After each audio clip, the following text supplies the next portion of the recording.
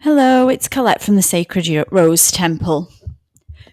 Jung said that there is no coming to consciousness without pain. People will do anything, no matter how absurd, in order to avoid facing their own soul.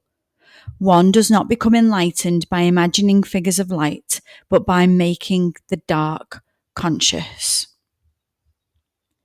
This has been my work in the last few years with trying to understand myself on a path of spirituality and self-realization and mysticism, because we are very mystical as human beings. There's so much of us that we do not know, that I found really difficult and challenging, because we always want to see ourselves in light, in the good, in what we hold as characters that is contributing to the world, that is good in our relationships, in our work, and all areas of our lives. And we very, very rarely, want to look at ourselves in the shadow. Jung coined the term for these darker behaviors called the shadow, because it's not very pretty and it's not very easy at all, because the ego will try to defend any notion that you are bad or wrong or that it was your fault. And we're living in a world where the evidence of that is too hard to ignore, that no one is taking responsibility or accountability for the darkness that we are currently seeing in our world. People often remove themselves from the darkness of the world. They believe it to be the other and not in themselves. And of course, this whole collective darkness is part of our own behavior. And that might stem from, murderous thoughts that go unknown. And that's from killing even animals. You would never ever coin killing an animal the same as killing a human being, but the intention and the action is actually the same. It's just the subject that's different. So we all wouldn't like to call ourselves a murderer, but the majority of us will have murdered.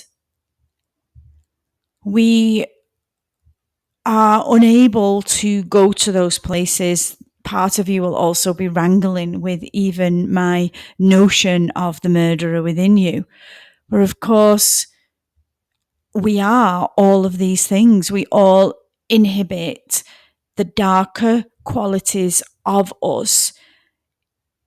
And that then represents itself in society. I mean, I really love to think of, Donald Trump exactly being a representation of the shadowy manifestation, and how the guy came out with, just straightforward shadow behaviors. And to me, he was less dangerous than somebody who is hiding those shadow behaviors, thinking them, not speaking them.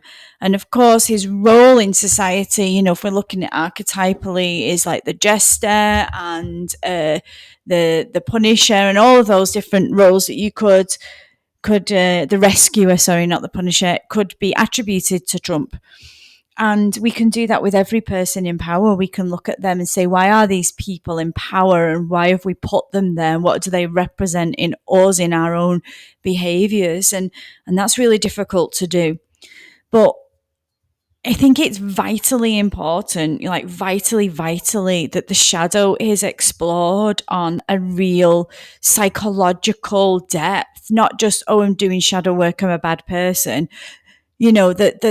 The shadow, the true shadow, is not conscious. It's not known to you because you don't want to see it. And that's the joy of working in a body of work like myself with my own analysts, to be able to go to those places where they can point out exactly what I'm not seeing through a process and investigation, a psychological application that I do, to be able to start digging into my unconscious matter.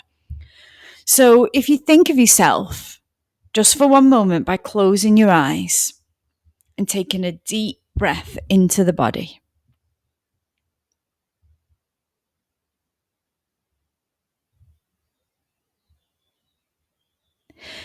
If you breathe into your body and you just begin to know who you are, like your name, where you work, who you're with, where you live, all of those known things, all those conscious things.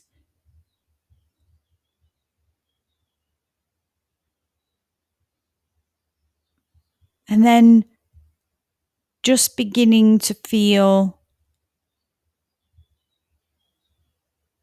what you're conscious of in your behavior. What kind of person are you? Outgoing, shy, introvert, extrovert?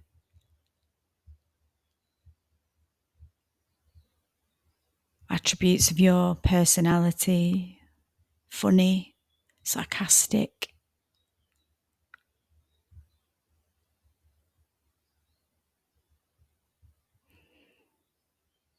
And then think about and feel and bring forward into the conscious mind all those good things that you are.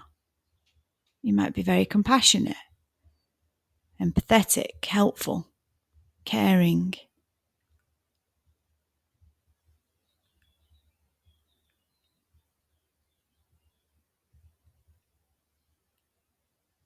And then just feeling into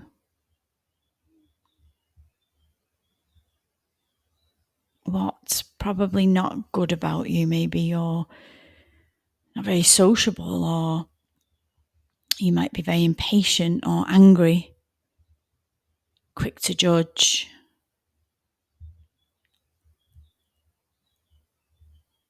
And just bring them forward, thinking about those places that live within you.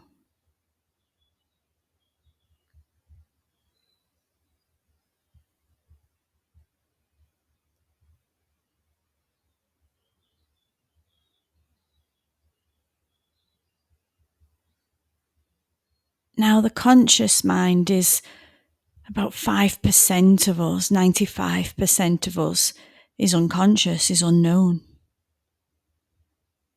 So if you know those things about yourself that are good and that are bad, there is a whole wealth more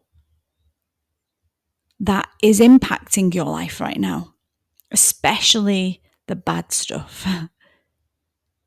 The good stuff is kind of left unused. And the bad stuff can convert to the good stuff once we address it, see it, challenge it, begin to change it. It's known as the golden shadow. It brings out golden treasures, behaviors, abilities within you. So just feeling into the body of all that is unknown, undiscovered, that you do not know about yourself. Things that have impacted you in your life that you're unaware of how it impacted you. You're unaware how that makes you behave. You're unaware of how that makes you interact. You're unaware of how that limits you.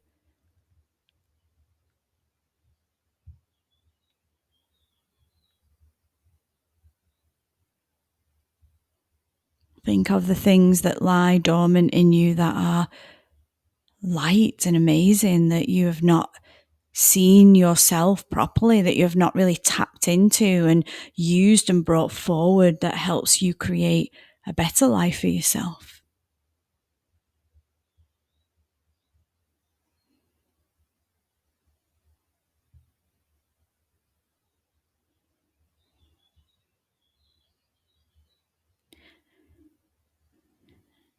And this was a big moment for me to realize that lying in me was all this undiscovered matter that if I ventured into could actually really change my life, make my life richer, allow me to do things that were not possible to my mind before. And that happened. That absolutely happened for me. I changed my life completely around. And if I would have only been within the conscious realms of what I was able to do and achieve, then I would never be where I am today. And that still happens for me. I still know there's more digging. I can dig into that unconscious matter until the day I die to keep bringing forward gems into my life. And that's what I speak of when I speak of making the unconscious conscious. By being brave enough, by being thirsty enough to just live life in a different way, a special way. Many of us wake up thinking there's got to be more to life than this. And I never wake up saying that anymore. I used to. That used to be a common thing. I'd say there's got to be more to life than this. And I was saying it because there was. And when we work with our psyche, it doesn't matter about the external world. The external world changes when we begin to work on the unconscious matter. That happens anyway. So I know that the construction of my outer world is a weaving of what I discover in my unconscious mind. My body, my soul, the emotions that are hidden there, the unknown matter. And that's why I love doing the work. That's why I love teaching the work.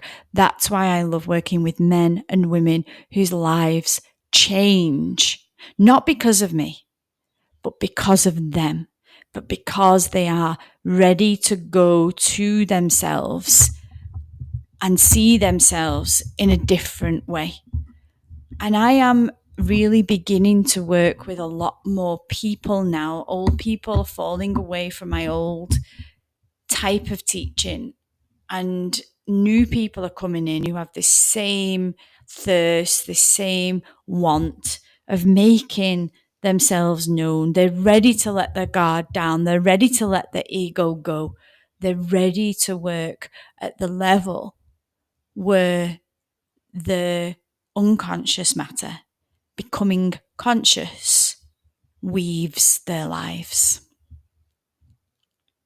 And this is one of the reasons I have opened my group, The Conscious Creators, because this is exactly what we will be doing in there, exploring through psychological applications, being taken through psychodynamic mind activations, mystical work, ceremony, ritual, all the rich workings of the great work. So I hope this just sets some seeds in you that may begin to send you on your own journey of self-inquiry, on a path of self-realization. Blessings to you all.